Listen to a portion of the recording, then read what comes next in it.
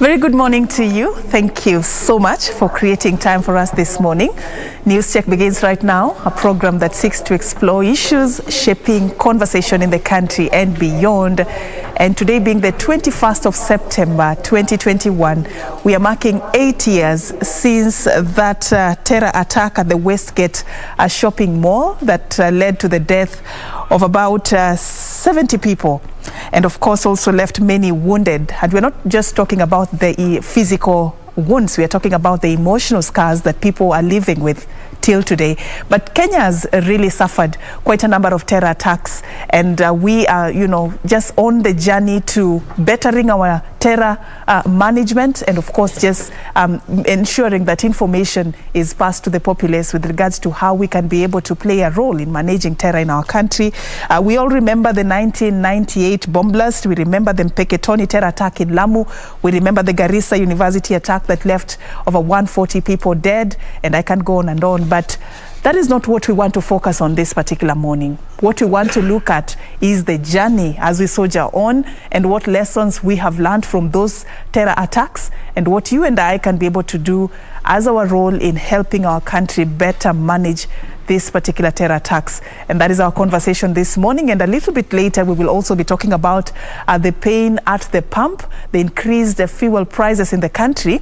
That, of course, has led to a lot of debate and conversations about the rising cost of living in the country. But that will be coming a little bit later. For now, I want to engage a panel of two gentlemen who really have a depth of knowledge in this particular subject. And I'll begin from the gentleman on my far left there. I'm sure he's not a new face as well. We have seen him in this space of peace building. His name is Dr. Mustafa Yousuf Ali.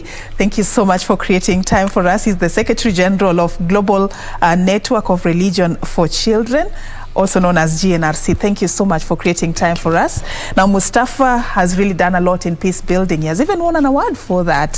Thank you for creating time for us, Mustafa, once again. And of course, Dr. Oscar Githua, he'll be taking us into the mind of, first of all, the terrorists, and also our minds as a populace, and how we can be able to understand how this whole network of terrorism works and what we can do different in managing it. Dr. Oscar is a forensic psychologist. Thank you so much for creating time. Both gentlemen also are consulting for the National Counter-Terrorism Center. Thank you, and we appreciate your time once again. Thank you so much. Of course, today we mark 8 years since that terror attack at the Westgate Mall that left about 70 people dead.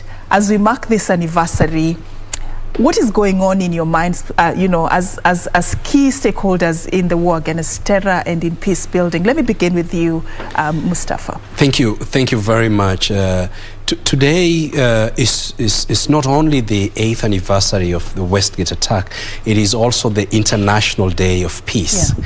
So the terrorists decided to select on that day to come and commit horrendous acts of murder on the Kenyan soil, and basically they desecrated that very day. Desecrated what they claim to stand for, desecrated everything that is peaceful. And it just tells you what kind of people those that attacked Westgate were, those that supported them are, and what we need to do to defeat them, and to really go on the offensive to ensure that they do not recruit our children, they do not radicalize our young people to join these groups. And 8 years, Kenya has come a long way in ensuring that we do not repeat the same mistakes. Our guards are much better, and that we actually are able to prevent and to fend off this kind of terrorists from carrying out their attacks. All right, thank you for that. And of course, from your own perspective as well, what is it that you find pivotal as we mark this anniversary, and also talking about the International Day of Peace? What is it that is pivotal as we mark this particular day? Thank you so much for this opportunity. I really I'm blessed to be here.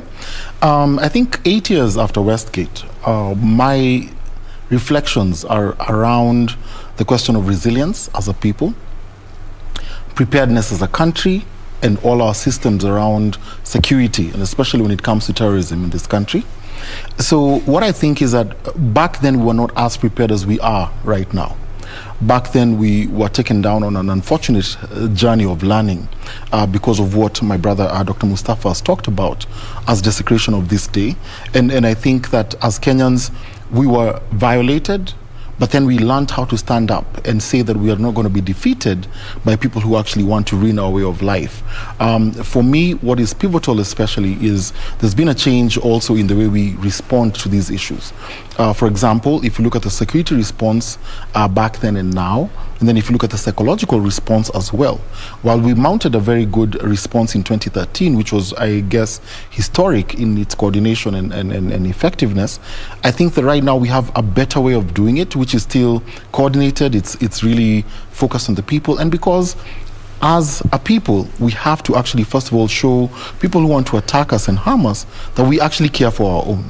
And when you think about survivors of attacks like Westgate, Garissa, 14 Riverside complex attack, you think about how do we embrace each other as a people? How do we then move on? And are we ready to do it? So, of course, as a person who was involved in that all the way from 2013, I can proudly tell you that we have trained more psychologists than ever, more counselors more than ever. And I think mental health being a pivotal question in this country, we now need, we're actually even seeing the Ministry of Health itself, Ministry of Internal Security and Interior, when you actually look at all the moves that are being made around our country, they're all targeting mental health as a key area to actually focus on. So I think we've made a lot of progress to help our people recover in the event that anything like this was to happen again. I like the optimism that you both gentlemen are sharing this morning, because I've attended quite a number of forums that discuss just, and sharing information and awareness on the issue of terror. And basically, one of the most fundamental things that is usually standing out in these forums is the fact that when we are talking about terror, let's be optimistic. Let's move to the space where we are picking ourselves up and moving, not staying in that state of being victimized and showing the terror group that we actually hit where it hurt most. But it's all about what are we learning, how are we moving, what are we doing different. And I like how you've started on that positive note. Let's talk about where the genesis of the matter, where it all begins. And I'll just stay on you, Dr. Oscar. Yeah. When a terror attack happens, what is usually the motive, and how should we respond to it? Okay. Take us into the mind of this person who is behind this particular attack, and the mind of this person who is receiving, is on the receiving end. Okay. What are they thinking? Why are they doing it? And this person, how should they respond? Okay. So what I'm going to do is I'll give a response, but I'll also defer part of the political angle of their motives to Dr. Mustafa, who can go a bit deeper in that. From my perspective, what I'll tell you is that I think for your viewers, that terrorism is not just about the attack. The attack is actually a signal of what terror is. Terrorism is about a battle of the hearts and minds of people. So it's basically about instilling so much fear that we change the way we live our life. It's about changing the way we conduct our business. For instance, if I give you an example of Westgate, after Westgate was attacked, a lot of people avoided malls and crowded areas, which of course ended up having an economic impact on people, and even anxiety, raising anxiety in the lives of people. And you can imagine that if that is what is going to happen every time you have an attack, then we do have that kind of general country anxiety, okay? So in their minds, they're thinking, let us go and send a message to a third party, which I'll allow Dr. Mustafa to speak about, that has some political goal. For example, if you're talking about bigger goals like, get out of a country like Somalia or something like that, if that's what they're trying to do, the message is not to the people they've attacked, but it's to the people who actually are governing the country where the people they've attacked live. Now, on the other hand, there's the people who've been affected. So imagine you woke up on that day, you went to the mall to do your business as usual, and then all of a sudden there's an attack like this that happens. The first thing that grips you is shock and terror. And one of the effects of these attacks is what we call traumatic stress, and which could develop to post-traumatic stress disorder, which we do not pathologize everybody who was there, but it does develop in a few people. But then also I want to go a bit broader and say that the survivors, and I like the fact you said we don't look ourselves as at ourselves as victims. We look at ourselves as survivors because we've walked out of it, and we do not want to. Victims are people who are helpless, but survivors are people who have a bit of hope and can do something to be able to rectify the situation. So we have 4 categories of survivors. The people who are at the site of the attack, maybe if it's a mall, then we have the first responders.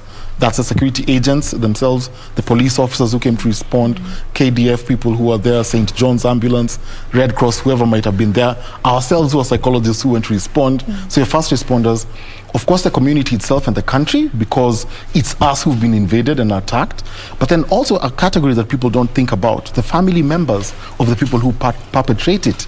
Because you can imagine if you wake up and you're a mother, and then all of a sudden you see your son in the news, and he's done something so horrific.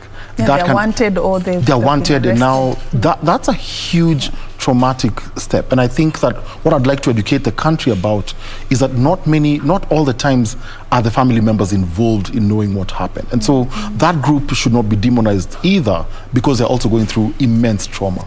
And so I think for me, that's why I can leave it for now as the genesis of where it begins, like the whole journey of of healing, the journey of the pain that you have to walk with after a terror attack. Thank you for also bringing in the family of that person who is involved in this terror group, because we never really think about that aspect, and that is where it begins, because even for these young people to join these terror groups, it's all about their background and how they are wired and what is happening, their circumstances at that particular time. That is what the terror group is using to lure them. I'd like you to add on what Dr. Oscar has said, you know, just the political aspect of it, the bigger picture of why terrorist attacks, you know, actually take place in the first place. Yeah, thank you. Dr. Githua has talked about the whole psychological elements, the trauma that affects those people that are attacked. It affects the families of those whose member is also involved in carrying out those attacks. And it's so important, as Dr. Githua has mentioned, that the healing in terms of psychological trauma that comes with all this is actually undertaken. Terrorism comes from Latin word terre, which means to cause, to tremble, to communicate that trembling, the terrorism, the fear to happen. So when these terrorists attacked Westgate, you know, the Westgate as a mall, the symbolism that came with that mall where the elites go to, that was not the primary target. The primary target, as Dr. Githua mentioned, is actually the policymakers, is to cause the government to change its policy, perhaps on, as they said then, the terrorists, on Somalia and KDF having gone there.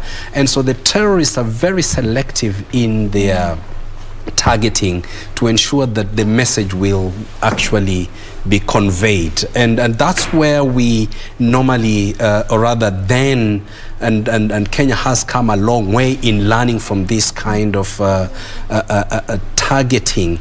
It is a mind game that the terrorists are playing, and if we allow them to succeed in playing this mind game, they actually succeed. And we saw then how the media covered the Westgate terror attack. I somehow knew you were going to go there. Yes, I somehow saw that coming. We gave them, the media gave terrorists ample airtime to advertise their... What Dr. Githua Utama is intelligent. That's true. That's true. To advertise themselves.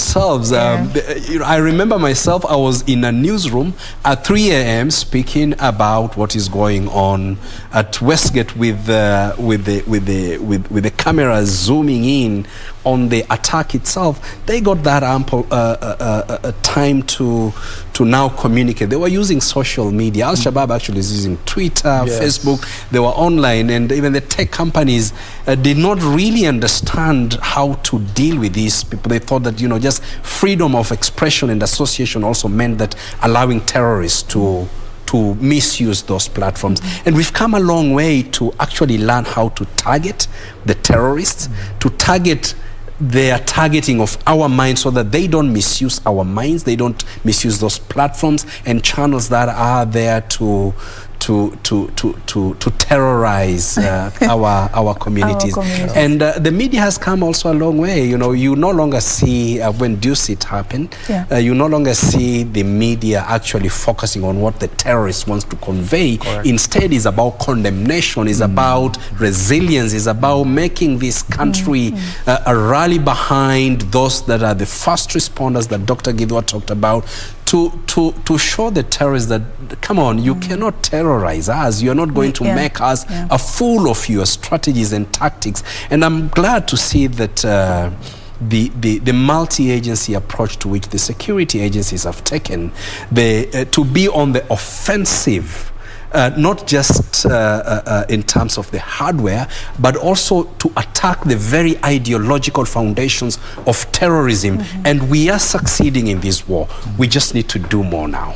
We need to do more. I like what you've said about the media, and I'd like to really probe you more on this as we continue this conversation. You know, during Dusit, we saw the story angling was more around those who are doing great things, the Mama Chais who spent sleepless nights to help our soldiers, you know, the security agencies who are doing so much to rescue the survivors and all that. It was not about how hard we were hit at that time. It was about how we were managing the situation. We'll talk about that a little bit later, but I'd like to take you back on something you said concerning the bigger picture on why these terror attacks happen, and it's usually targeted to drive a particular agenda. I wanted to understand, in the case such as what you've cited, you know, when the terror group wants to, you know, inform ideology on certain policies to be changed, including even what you cited with KDF and Somalia, what is the best way to respond as the recipient of this, you know, terror attack? I mean, when you're caught up in that rock and a hard place, how do you respond? What's the best way to respond? Thank you. For the general public who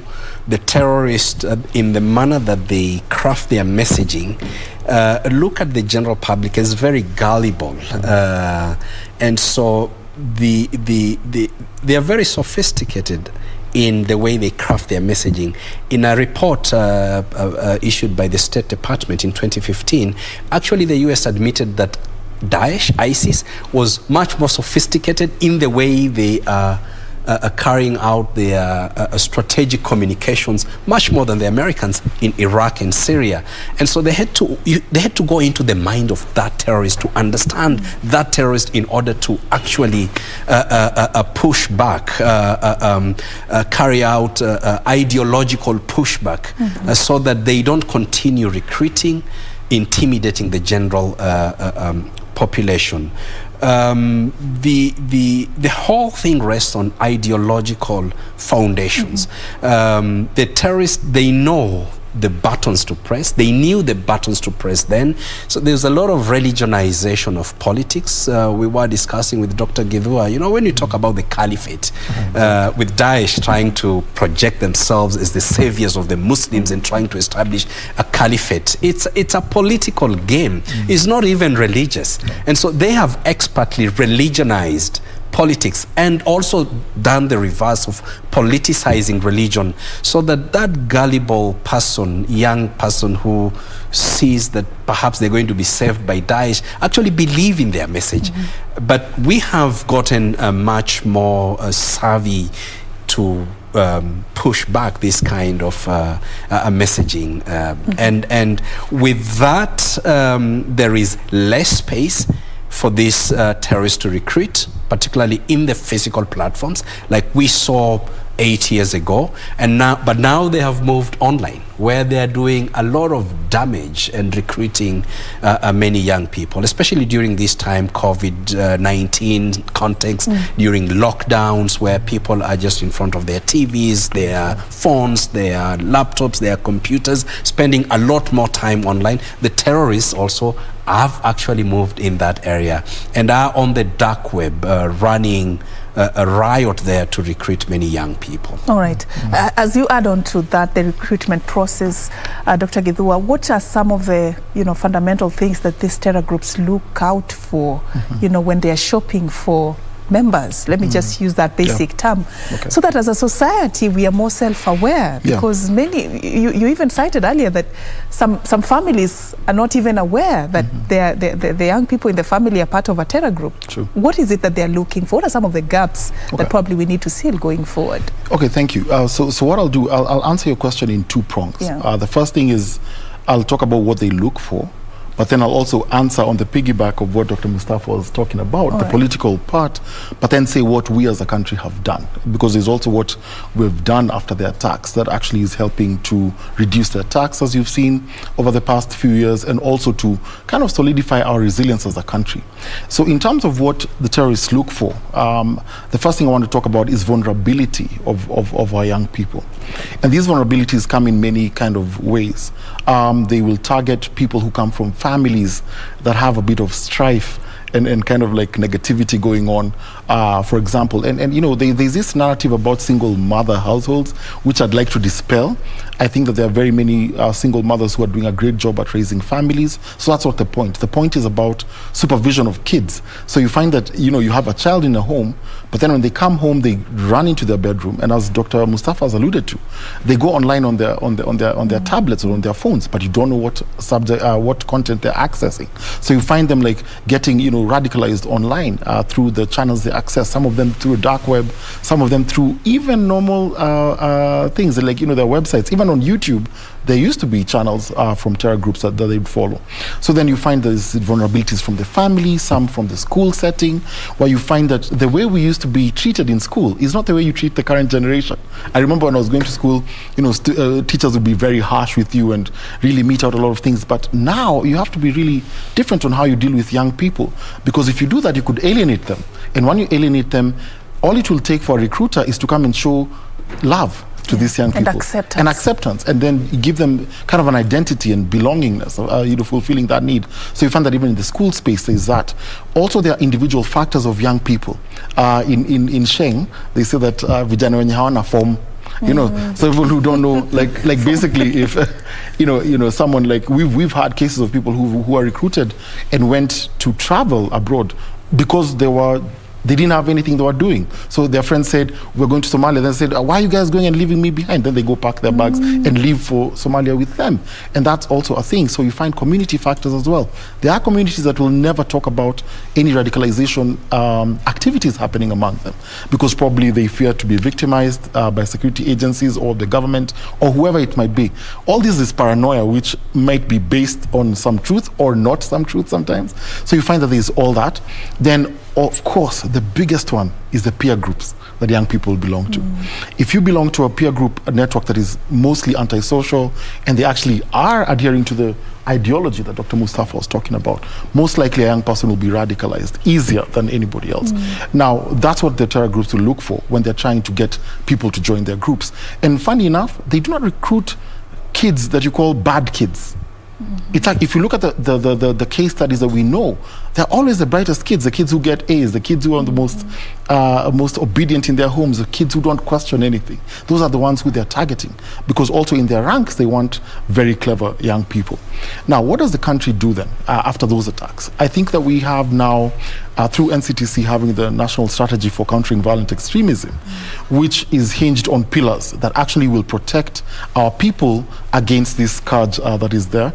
What I like about it is that it has now been actualized through the county action plans, which are customized per county. And the best thing about it, it's not really the government telling people what to do, but it's actually the people in the counties coming and saying, actually, these are the things that affect us, and therefore we're going to attack this problem using the things that are unique to us, so that the problems in Turkana County, Mandera County, Nakuru County, or wherever else are not the same. So therefore... So they're contextualized. Contextualized, exactly.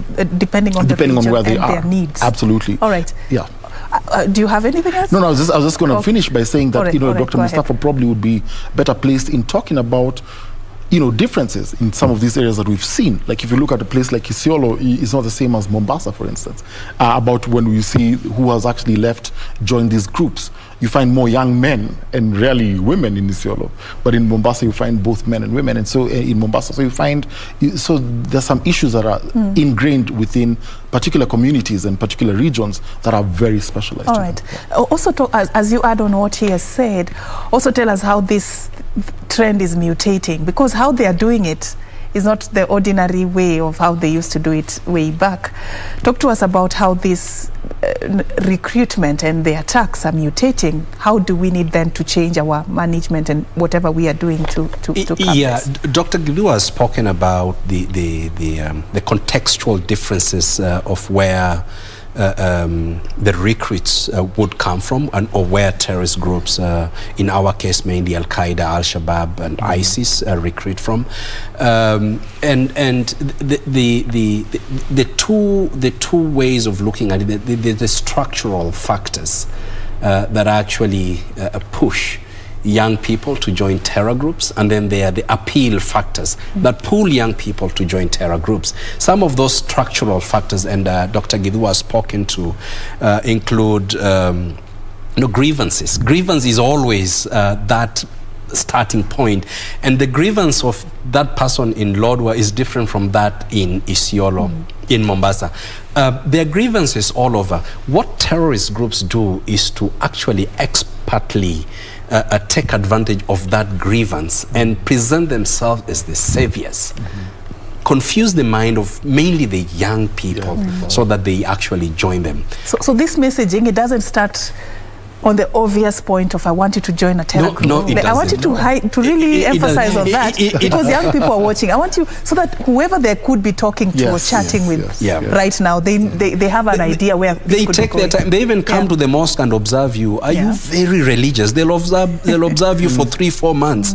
So if they see you as being very religious, then they will come with you with religious messaging. Right. So it's not, you really have to be careful. You have to be careful. Now for girls, and we see more girls now actually going to join these groups. For girls is even more, it's like a fairy tale.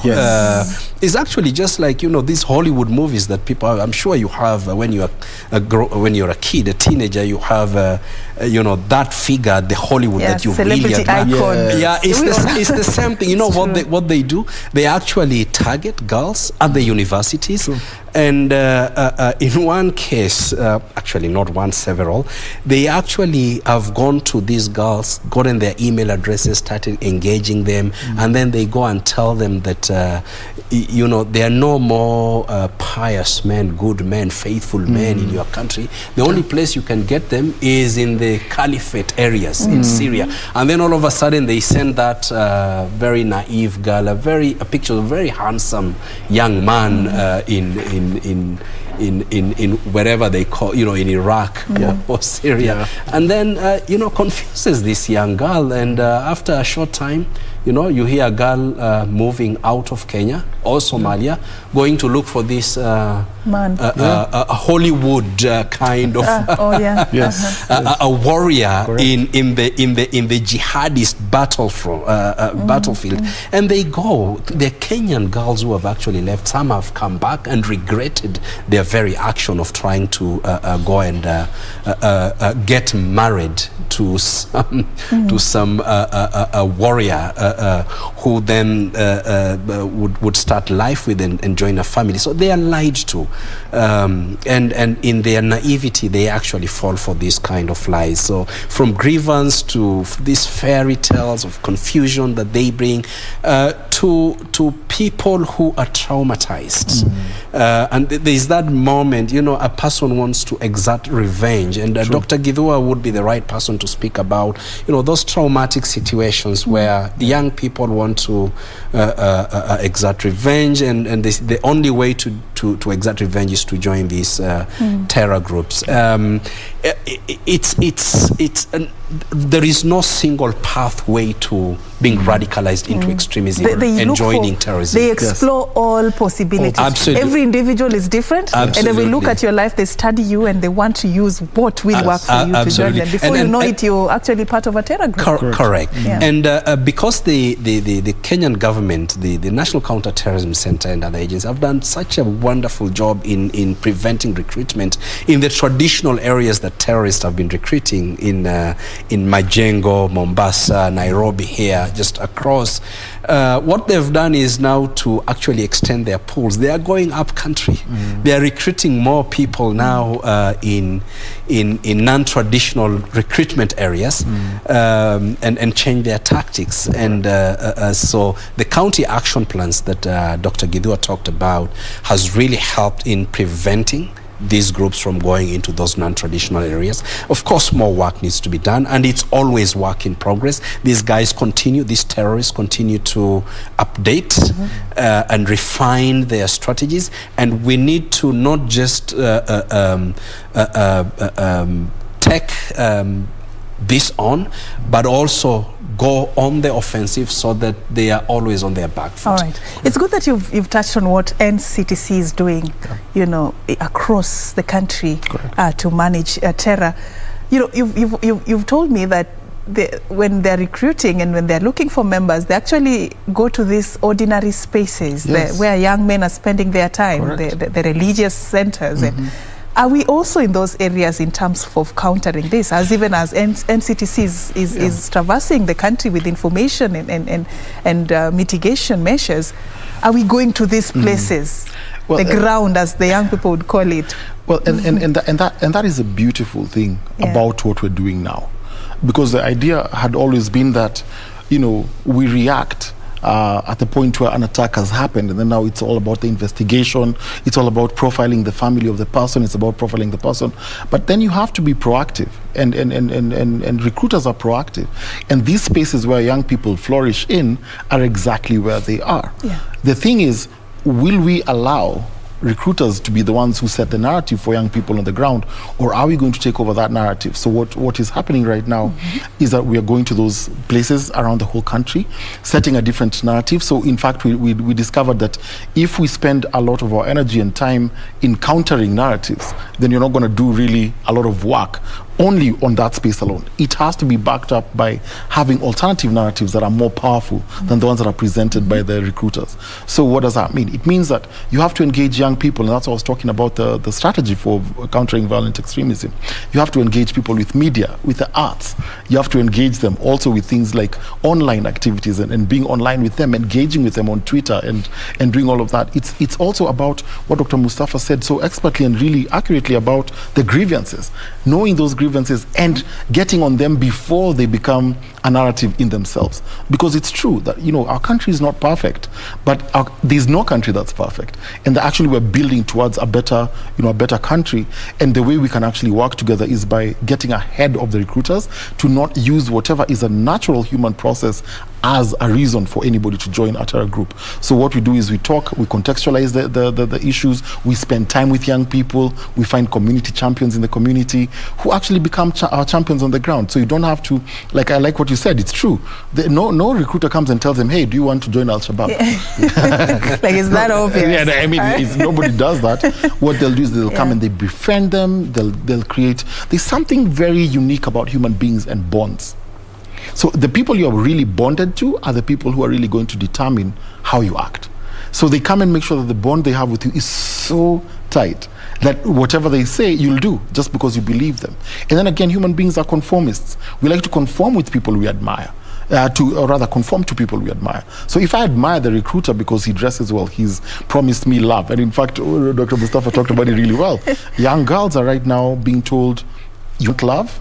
You want to marry a lion. A faithful lion. I mean, not these Kenyan men out here. I mean, that's an appealing, as light a moment as that may be. Remember, love is not religion. And you see, that's the thing that people don't understand. They use human things and then later on politicize the religion or religionize the politics. And that's what ends up happening later. And many times you don't even know you're part of the group until you're there, and then you can't even leave. And so you find a lot of the young girls who've gone end up becoming mistreated, abused, and being really taken advantage of when they're away from home.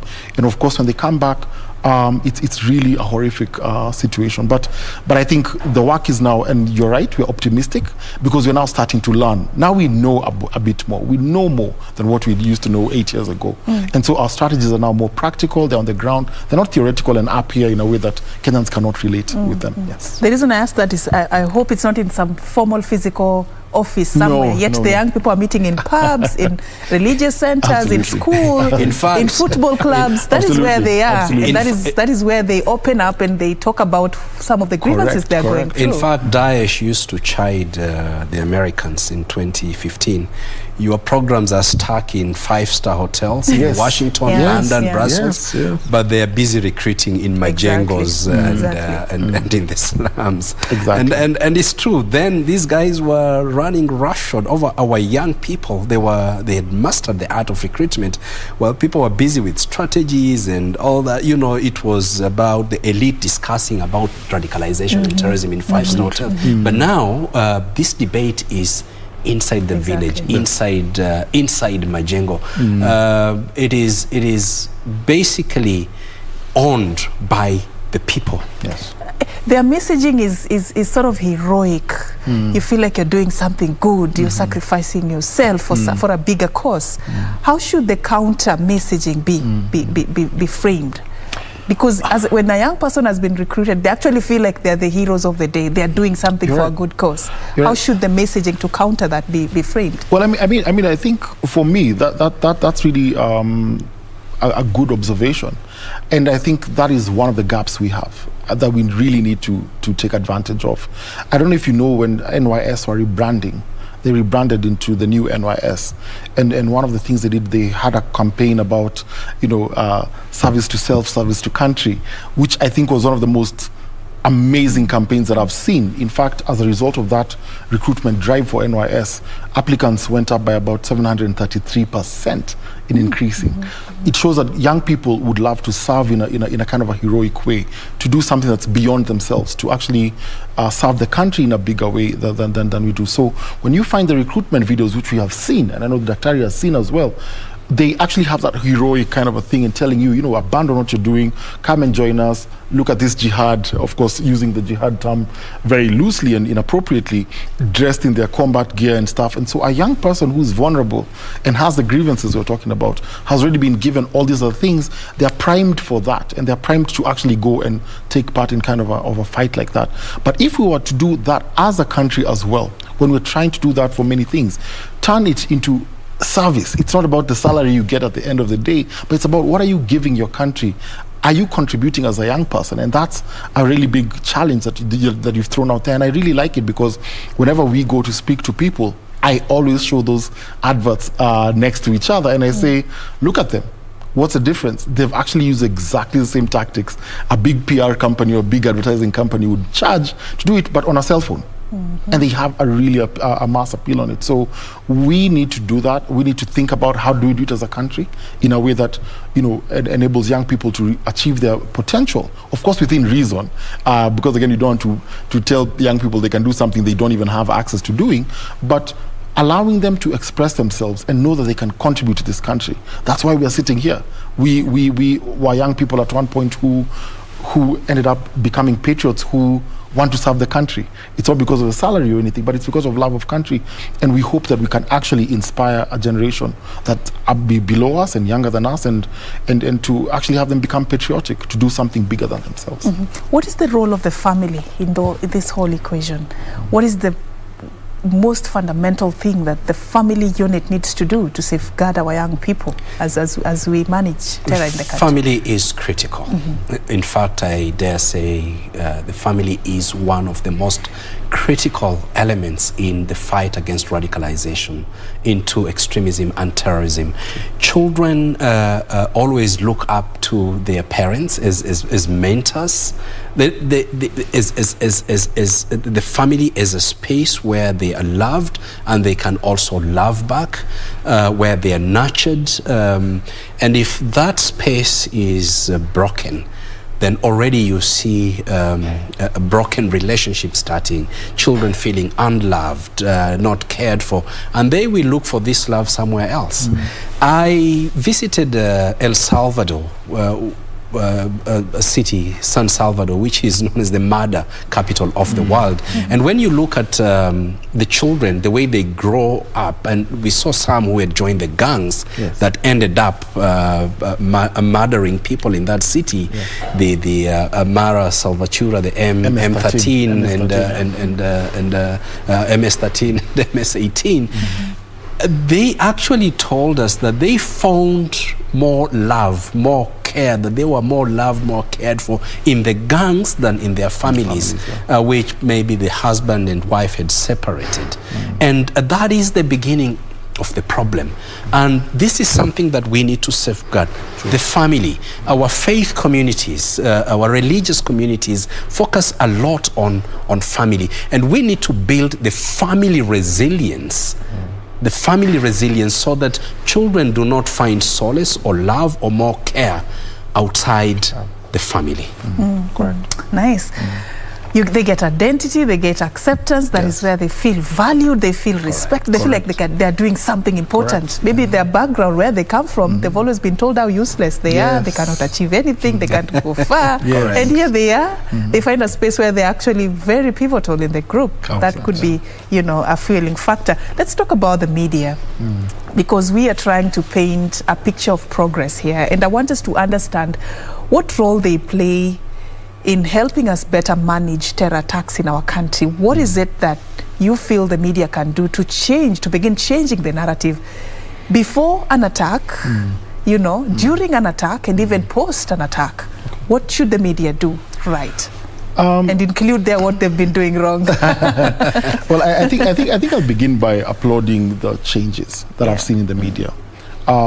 First of all, there's a huge difference between covering Westgate 2013 and covering 14 Riverside Complex attack 2019. I believe that media houses and the owners and the editors, I think, are really learning a lot based on feedback and also engagement with government agencies, including NCTC, who've been engaging with the Media Council of Kenya as well as with journalists directly. That there's actually two things that are happening when during an attack. Number one, if you cover that event in a way that actually shows how much damage the terrorists have caused, what you're doing is basically giving free advertisement. I think my brother and I, Dr. Mustafa, were talking about that. I don't know how much you guys at KBC charge for 30 seconds of advertising, but think about that number and then multiply that by every 30 seconds of negative coverage of that item. So think of it in... That is what they want, the terror group? Oh, yeah, they want, of course, it's free advertisement. They didn't have rolling coverage. It's rolling That's coverage. What they want. Yeah, and by the way, remember that we said that terrorism is not about the target that they hit. It's about the message they're sending to policymakers, as well as the fear they instill. So the second part of this is that the more it's covered from a terror perspective, that we are helpless, we are dying, we've been killed, security, the system is not working. The more you're doing that, the more Kenyans are actually left vulnerable, and the more terrorized they become, and the more trauma they experience. So are you suggesting a blackout? I mean, people would still want to know what's going on. No, absolutely not. You cannot kill the fourth estate's right to cover media. And I think that media is important, even in terms of, warning people to avoid certain areas when that is happening, so that people don't go and like in 1998, I believe there was a question of going close to the American embassy, and we don't know what perils were there. We didn't know what was happening. Or in 2013, people going to be around Westgate, you don't even know what's happening or if the situation is controlled. So it's not about media blackout. It's about a sensitive coverage of the issue. Talking about that, yes, we're in the middle of an attack, but the security apparatus are in control of the situation, which they are in control of the situation. Because the more you cover it, guess what happens? The case of 2013, all media houses in Kenya were covering Westgate, but then also Al-Shabaab in their media, in their Twitter handle, were talking about, look at us, look at the Mujahids walking around and they're doing all these good things, and wow, look at how afraid they are. They were achieving their goal of really inflicting more pain. But without really knowing, it's not just about that attack, it's about our way of life and dissuading Kenyans from going to shop at malls, and then also inflicting terror, which is their ultimate goal, the hearts and minds of Kenyans, saying, then can't we just leave Somalia, because if this is what's going to happen to, you see, by the time you're talking like that, the pressure is mounting on the government. By the time, and why don't we just leave, But you see, the government is not run through social media. People don't know that there are arms of government. You're talking about the foreign affairs questions that you have to bring into space, the security questions that you have to consider. You have to consider so many things, diplomatic channels. By the time you come to decisions about a country either withdrawing or entering into an act of war, I don't think that there's any country that really wakes up in the morning and says, I'd like to go to war. It's an expensive affair, both in terms of infrastructure, resources, and lives. So that's not really anybody's goal. But what I'm saying is that media has really changed, and I think what could improve based on what we've seen is just saying that, can we have more sensitive coverage? That the reporters who are on the ground to be careful for themselves as well. I think we've engaged with media practitioners as well, who've ended up being traumatized themselves. Because now you come from... in fact, you see the raw. You see it live. So you're there. Not through the camera lens. Exactly. So you're there, and then you're traumatized by what you're seeing. Then as soon as you leave there, you're dispatched by your editor to go and cover Baragoi.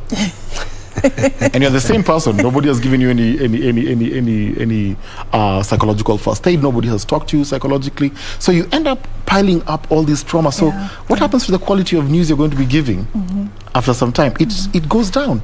And so I'm sure there are colleagues in the media field who are now suffering a lot of traumatic symptoms, and they're drinking more, they're domestic squabbles, issues, divorce, issues like those. So it affects everybody, not only the viewers, including the people, the practitioners. The media houses themselves will be affected, and the families will be affected.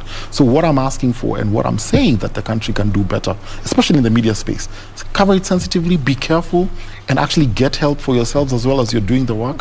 And that way we'll at least protect everyone, because after all, aren't media practitioners Kenyans? Yeah, true. Right? So go for a debrief session after that assignment? Absolutely. Because you had women screaming, children running here and there. You saw dead bodies. I mean, traumatizing. It's traumatizing for you even as a journalist. That's a good point you've said there. Is there anything you'd like to add there on the role of the media as well? Dr. Githua has said it very well. Just to underline what he has said, and we need to always have this at the back of our mind, the journalists should understand that terrorism is a spectacle. And the way terrorists calculate their actions, they actually incorporate the time when between the first and the second attack, knowing that the journalists will have arrived and there will be live coverage. In 9/11, the second plane to hit the Twin Tower hit after 30 seconds. Al-Qaeda had calculated that CNN will actually be covering that live. And it actually did cover that live. So they're not stupid people, they know. And they calculate, they make it in their calculation, including the timing, which plane are they going to hijack and move it around so that it hits the second tower. Do they have like their internal, board or something? Let me call it. If you can allow me. Just take us into that world. I think the biggest mistake anybody would make is to assume that terror groups are ragtag organizations. If you want to make a mistake, underestimate your enemy. And the number one thing I can tell media practitioners, Al-Kataib Media is a fully fledged media arm of Al-Shabaab. And these are people who have degrees in journalism. These are people who actually understand how to do in and out cuts, panning, camera. They actually produce, I don't know if you've seen any of their videos, but they now produce them to world-class levels of production. And it's only that now they're used for those nefarious means and actually very negative outcomes. The idea is that you cannot underestimate them and think that all they are consisted of are guys holding guns. No, they have think tanks. They have financiers. It's a whole network. They have families. They have people who hide people. In a book called 39 Ways to Join the Jihad, which is a complete thing, one of the artifacts found after Osama bin Laden's raid, you find that they actually have other people who are part of the network that you'd never have thought about. Family members, people who will hide someone who's hurt, and you'll never ever suspect them of something. So I think the one thing I can also advise us as a country is to say that we do not underestimate our enemy, and we actually have to vamp up all our systems. And luckily, right now with the National Counterterrorism Center, the multi-agency approach, the use of all the security agencies, as well as consultants and people who work in that space, is really a good start in managing this issue, because we cannot underestimate the enemy in any way. Yeah, Wow. and Really nice. you know, these sophisticated groups. They don't need to be there all the time. They need to carry out one attack after a long time to just announce that they are still relevant. Correct. And it's much cheaper to organize an attack. So in an asymmetric sense, the cost asymmetry, countries, states have to maintain armies, security agencies, surveillance and all that. The terrorists have just to send one sleeper cell to go and deliver a bomb somewhere. And they will announce their presence. And because they know the media will cover that and will keep on covering it again and again and again. The DHL bomb that emanated from Yemen way back, it costed about $4,000. To put it, is it in a printer and put it on a plane, and it what was the cost of lost business, because all cargo planes heading to Europe were grounded for some time, millions of dollars, actually billions of dollars. So you can see that asymmetry of cost, and that it's much easier for the terrorists to carry out their business, and much more expensive for states, communities, populations to actually deal with that. And so eternal vigilance is something that we always have to have at the end, at the back of our mind. I want us to talk about, you know, those who are in these groups, and I want to believe there are some who want out. Whether as a country we have an exit strategy and safety mechanisms to, you know, restore and rehabilitate our young people who could be wanting out at this particular moment, and what we've done with that regard. But very quickly, Dr. Githua, in the event that you found or you're caught up in that chaotic terrorist attack, there's a lot of confusion and a lot of things are happening at that particular point. What do you do as somebody who is caught up in that? Maybe you went shopping and you found yourself in that. Okay. Yeah, what do you do? So, of course, we're speaking here of innocent bystanders, right? The first thing you do is your safety first. And you know, if you have a way of getting away from the situation, from the scenario, please do. Number one, don't try to be a hero. And the reason I'm saying that is because you do not know what they have in their presence and what they're going to be using to attack you with. Number one. Number two, the idea of allowing the security agencies to do their work. It's very important to actually just comply with what you're asked to do. If they tell you, lift your hands up, please do it. There's a reason why they're doing that. And it's not the time to start becoming philosophical and saying, oh, I have rights to do this and the other. In the middle of an imminent attack, it's important to allow the professionals that we have in this country to handle it and to do it well. And now they've been trained, they're trained way better than anybody else that I know to actually handle those situations. And number three, if you see anything, of course, it's important that once you're in safety to report what you've seen, and also just to get away as far as possible from that situation. Now, the other thing that I would actually ask people is that look for any help that might be available for you. Because in as much as you may imagine that you probably don't have any effects at that moment, there's a question of adrenaline running through your blood at that time, that you may feel like you're good and you're strong, but then you actually start having some problems. The reason why we do that is to actually log you, to have you in our database, to work with you, just in case any complications come up, at no cost to you as well.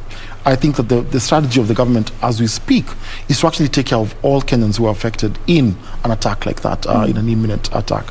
So I think for me, that's the one thing that I would tell people, that right now the government cares, and actually, I think it's not that the government didn't care, it's that there were no mechanisms in the past to actually be able to work on working with people who are survivors of attacks like those. And also the same thing with young people who've been caught up in this and probably got radicalized and they didn't really know what was happening. I believe that the government right now is opening up the road. The late former CS and Kaiseri talked about an amnesty program, where that if you're a Kenyan who's abroad and who's been engaging in this, you can come back home and actually go through a process. Of course, what I'm talking about is come be processed through the security mechanisms, because you have to be processed. We have to know who's coming back. But then, once you're taken through that, you'll go through a process of disengagement, which also just means, stopping contact with these people, stopping the ideas of interacting with them. And then you go through other processes, including psychosocial support, de-radicalization, and also working with you to actually rehabilitate you to become a citizen of Kenya who can be productive. This may happen if you're locked up, or it might actually happen in society if you are actually deemed to be safe to be there. So I think that right now we do not need to be scared as Kenyans. There are ways that the government is putting in place to actually deal with people who are both affected in the sense of being at the presence of the attack, and also if you have been unfortunately been carried away when you've gone and joined these groups. I think that the government now has mechanisms that you can actually use to work with young people who've been caught up in it and help you until you're actually much better. Is there anything you'd like to add there, Mustafa? Yeah, to appeal to young people. I would like to appeal to young people who have been caught up in these groups. You are better off back in your communities in the hands of the government security agencies, because they now have strategies to actually help them to reintegrate back into societies. Many of them were caught up in this. Some did not even understand what they were getting in. Correct. And they need to know that they are better off back processed through the security agencies than to remain in the terrorist groups. It's just a dead end, a dead end being in a terrorist group. All right, we will be coming back in a bit. I like how we've gone so far as we mark 8 years since the 2013 Westgate mall attack that left almost 70 people dead and several others injured. Others are nursing even emotional wounds till date. We are talking about the triumphant journey of healing as a nation and the progress we've made in managing terror in our country. That's our conversation this morning. We are taking a very short break. We'll be coming back with much more. Don't go too far.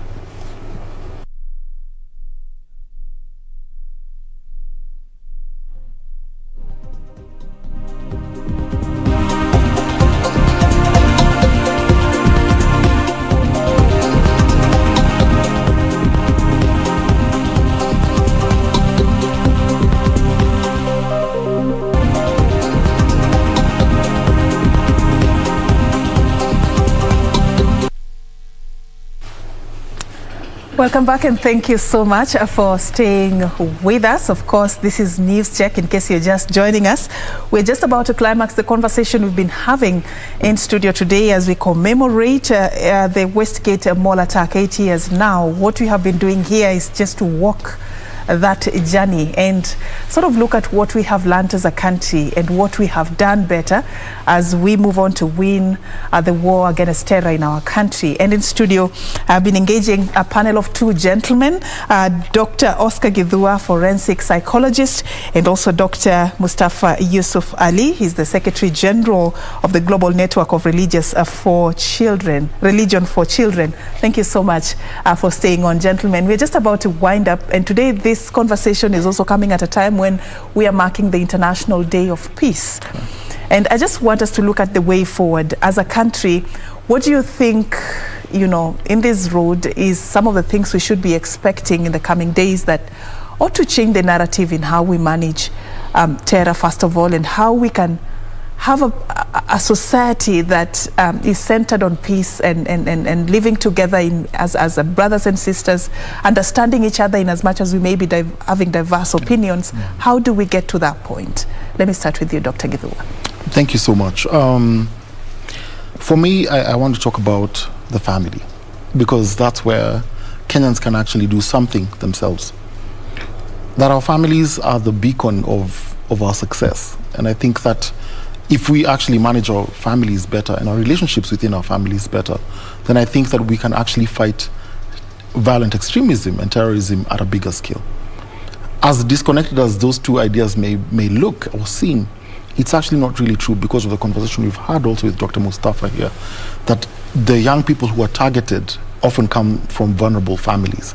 So my idea is to say that as Kenyans, let's come together in our families. Let's heal our families first, and then actually after we heal our families, we're not going to actually have a chance for recruiters to come and actually target our children and take them away.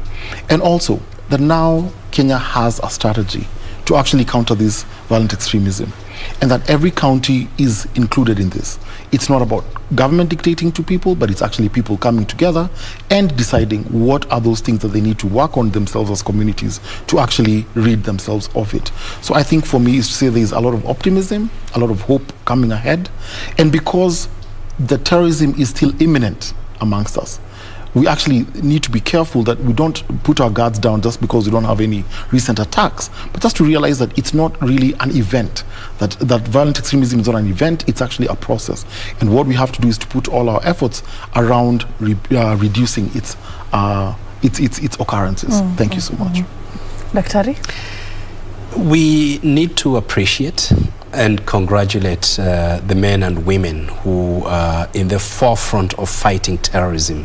We need to encourage them to continue in this war and lay very firm foundations to address the very ideological foundations for terrorism in order to not allow the threat to continue to mutate.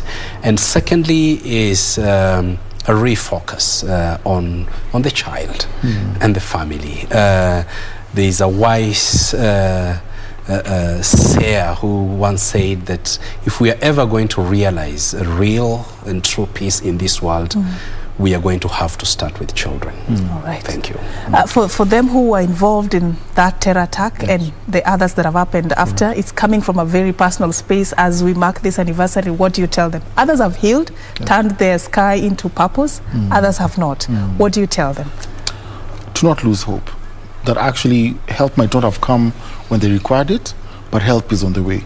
And I think that it's important for anybody who might have been affected to probably reach out, and especially on Twitter. I can probably give out NCTC's Twitter handle, which is CS Mechanism, at CS Mechanism. And I think for me, it's important because those engagements that are personal are going to actually lead to them being seen and being talked to by somebody who's qualified to talk to them. And because it's not easy to heal trauma that comes from being caused by another human being. So I think for me, don't lose hope. There's hope that's coming your way. Okay, thank you so much, both of you, for creating time. We're not allowing because of time. Thank you so much.